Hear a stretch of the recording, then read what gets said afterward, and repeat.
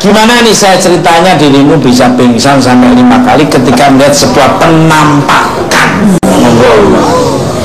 Ya awalnya mungkin dari kecil ngelihat segala sesuatu yang kayak berbau apa sih, aku tuh punya kayak teman kecil gitu loh mas. Mungkin kalau orang tua bilang awalnya tuh imajinasinya anak-anak kan, ya kan.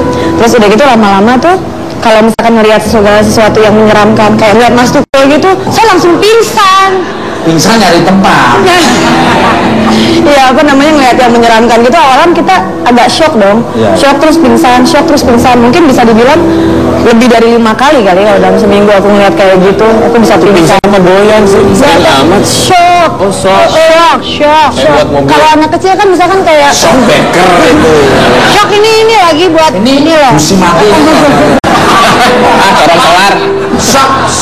Shock itu artinya melihat sesuatu yang sangat kaget ya mas. Berarti kalau orang sudah terbiasa. Kenapa tuh? Atur mangga. Itu sama dia silakan.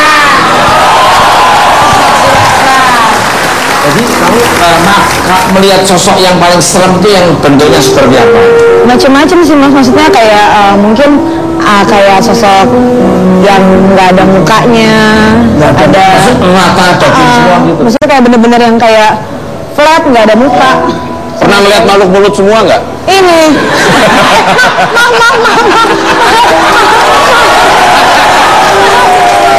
Ini mulut semua terus batok gimana? Tapi ini saya setuju dengan Vicky Zainal, ya.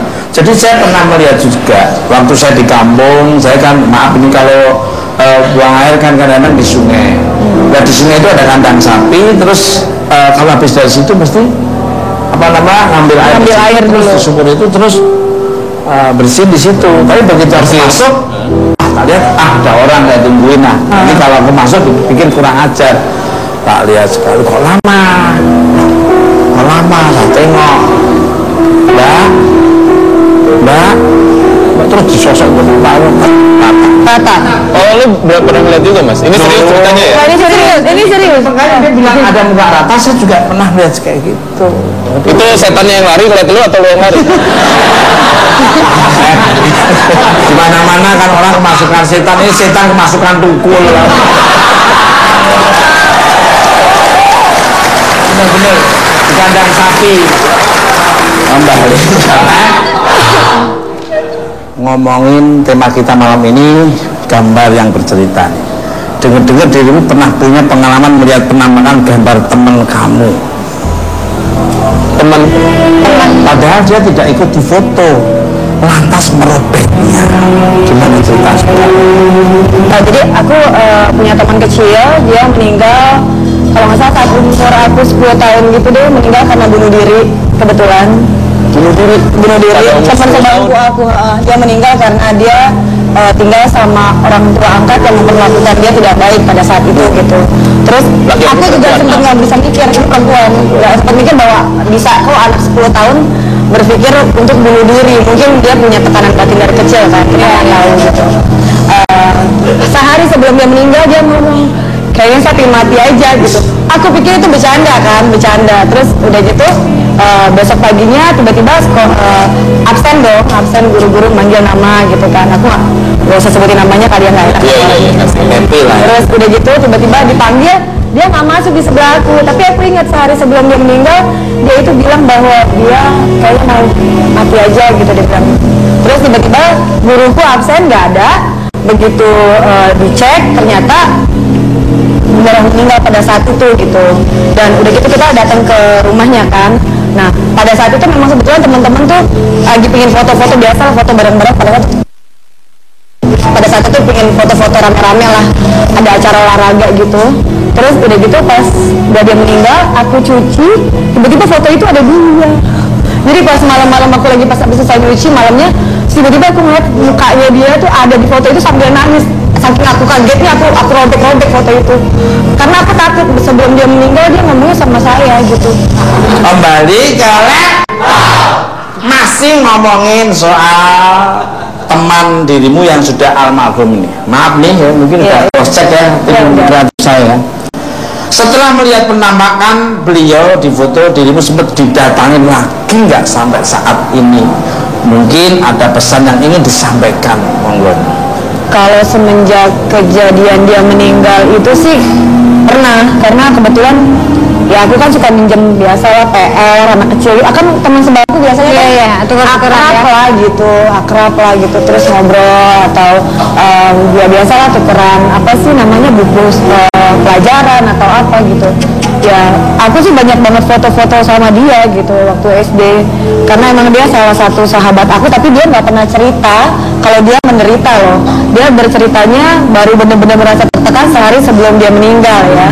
Terus malamnya kayak aku didatengin, kayak maksudnya kayak dia Pamitan dulu lah ya, terus pamitan dulu. batin kali ya, dia batin terus maksud aku, dan mukanya tuh muka sedih, nangis terus gitu. Itu sih Sama dengan teman-teman, mukanya muka sedih. Oh, begitu. iya kayak gitu, semacam itu. Tapi kalau sampai sekarang belum pernah lagi. Siapa dia? Ada mungkin cerita dari Pepi, tetangga kanan kiri atau teman-teman, atau mungkin Ola mungkin ada, monggo silakan. Masalah mistis sih kebetulan alhamdulillah ya mas ya, saya belum pernah berhadapan langsung menemukan itu, nggak pernah. Tapi kalau konon ceritanya, Ngalamin langsung mendengar pada saat waktu itu kita ada syuting di Malang, ada satu tempat villa besar sekali. Jadi ini ceritanya. kamu duduk kembali asal lagi loh. Iya. Itu bangunan lama dan kita syuting di situ. Tidak bermaksud untuk apa-apa, cuman syuting aja bahwa ini menunjukkan ini bangunan lama gitu. Cuman temenku katanya indra keenamnya dia emang bisa. Terus Itu kan ada 2 lantai dan di atas nanti dia selalu lihat ke atas gini, selalu lihat terus ngeliat ada apaan sih? Dia bilang,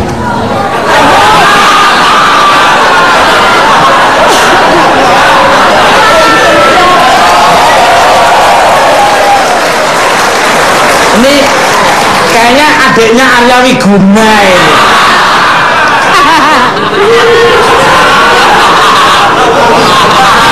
Orang lagi tegang-tegangnya, lagi mendengarkan cerita. kaget beneran. Kaget. Kok berani-beraninya? Oh, baru episode sekarang aku lihat kamu. Berani-beraninya. Ngomong-ngomong, manusia apa bukan sih? Oh, maaf, ini agak kepotong sama makhluk astral juga. Ini menarik sekali karena ini ceritanya Pepi ini kalau suruh ngulangi lagi dia harus dikasih makan menyan dulu. Apaan makan menyan? aku agak tekan, boleh minum ya? Oh, boleh. Nanti kamu nggak selesai, aku yang selesaikan.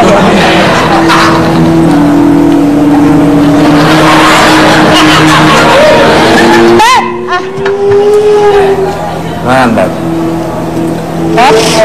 Pemirsa, tiba-tiba Pepi melotot dengan sendirinya. Apakah nantinya matanya akan keluar dengan sebenar-benarnya? Enggak. Lanjut. Jadi dia bilang di atas itu ada noni-noni Belanda ngeliatin kita terus. Kata dia ya. Aku pribadi jujur mas, tidak pernah melihat secara langsung, tidak pernah. Ya. Dan jujur aku bisa dibilang ya sudahlah, maksudnya urusan lu bukan urusan gue gitu, tidak alam. Cuman yang terakhir itu kan banyak pecahan keramik. Oh, yang gedungnya putih, Itu. tinggi Itu. Mister Tuko jalan-jalan pernah ke sana. Dan yang terakhir yang benar-benar saya ini itu kan lokasi jauh dari mana-mana kan? Betul. Jauh dari masyarakat kan? Jauh dari Jalanannya jalan aja rusak. Betul. Itu ada kan kalau kita nginjek, kalau orang biasa kan kecil kan? Ya. Ini kayak suara kaki dan saya ngedengar langsung sampai yang nganter kita, anak buahnya kan, jadi kita syuting di sini di ruangan, kita di sini, dia 2 orang di sini, anak buahnya yang nganter kita. Ada suara kaki itu besar sekali, berasa besar karena jadi si pecahan kaca, terus pecahan genting, pecahan keramik itu nyamperin kita, dia lari yang ini, anak buahnya. Jam berapa itu? Itu sekitar jam 11 jam 12-an mas. Itu memang jamnya waktunya setan datang. Itu saya Tahu schedule-nya ya? maksudnya tidak pernah ini, cuman itu baru mendengar langsung dan itu semua yang di situ mendengar. Oke Pak, kalau gitu kamu datangi lagi Pak. kembali karena pemirsa ngomongin picture story. Bintang tamu saya, oh ya Allah, mungkin ada cerita sebelum ini tak ngomongin? Ada sih mas. Nah ini bentar, ini kasihan nih. Kasihan. Nanti habis ini ya. Oh, belum. Habis ini. Tapi nah sekarang. Sekarang Mas, soalnya nanti udah beda. Ini mau beneran nggak mas? Bener. Ya kan kebetulan saya orang Kalimantan tuh emang bisa begitu-begitu mas. Ya, Nah yang bisa lihat-lihat mistik-mistik. Plus adik saya yang laki namanya Andra Ramlan, itu kan memang sering melihat, sering ngomong, sering apa segala macam sama komunikasi malah langsung. Nah Andra ini punya anaknya itu ikut keturunan bapaknya jadinya anak indigo sekarang mas. Nah kemarin dia di Bali pada saat lagi liburan, tiba-tiba anaknya tuh kayak anak yang kecil itu tuh kayak pokoknya ngeliat ke atas terus sama juga gitu kejadiannya, terus sampai akhirnya dia Daddy, aku capek diajak ngomong terus gitu mas. Masih kecil Kayak di ruang udah deh, jadi sampai sekarang dia akhirnya ya bisa lihat gitu. Lucu aja sih mas. Dia juga sama waktu Nggak kecil. lucu sih sebenarnya. Iya Dia juga ngalamin waktu kecil sama mami. Dia ngomong ke orang tuanya, Papa, aku capek bawa muka yang ini. Ya bersyukur ya bersyukur bahwa seperti ini malah jadi luar berkah biasa, asetnya malah luar biasa, saya asuransikan loh kayak gini loh. Malah saya tuh kalau bawa orang wajah ganteng malah saya takut nanti aku jadi takut pembohong, bohongin orang, nipu. Begini aja tukang bohongin. Enggak, cuma sekali di sana sama di sana terus sama di sana aja. Jadi seperti itu dia waktu kecilnya dirimu. sama gitu juga. Diajak ngobrol terus gitu. Aku ngobrol sendiri sampai orang tua aku mikir aku agak stres gitu. Masih ingat nggak waktu itu? Maksudnya wujudnya tadi nggak jelas. Masih aku Sosoknya seperti apa? Coba digambarkan. Cewek cantik, rambutnya segini, Chinese. Mukanya menyeramkan tidak? Enggak, Cina. Itu teman kecil aku. Dan aku ngobrol terus. Kamu bisa membedain nggak antara dia dengan makhluk? Awalnya enggak. Awalnya kayak orang biasa. Aku kayak punya temen. Pokoknya tiap aku belajar ada yang nemenin aku terus apa gitu. Bisa. Ngomongin picture story, bintang tamu saya selanjutnya adalah sebuah kelompok fotografi yang hobinya memburu penampakan makhluk halus. Wah, tepuk tangan dong. Sebelum ngobrol kita akan lihat cuplikan kegiatan di plasma nih, monggo.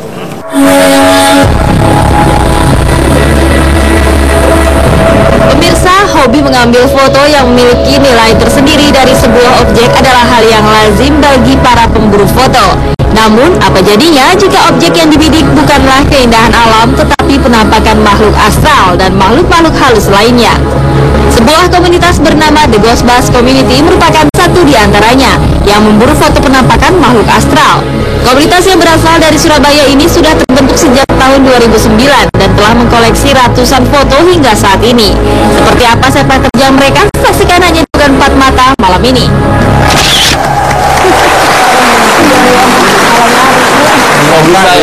Dia ada yang gerak sedikit, ada yang di foto yang tidak ada, terus ada tahu-tahu. Iya, bisa gitu. Nah, pemirsa penasaran dengan kegiatan kelompok ini dan foto apa saja yang mereka dapatkan? Langsung saja kita sambut salah satu anggota The Ghost Bus Community, Ricky.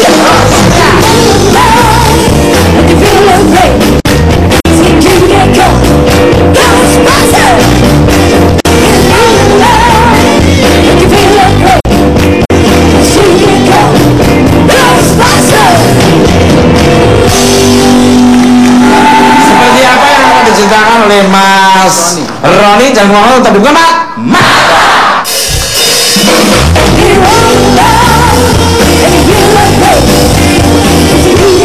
Itu vortex. Oh, jet aslinya gitu, merah gitu ya. Oh iya, ini kuntilanak. Ini Kuntilanak ya? vortex juga.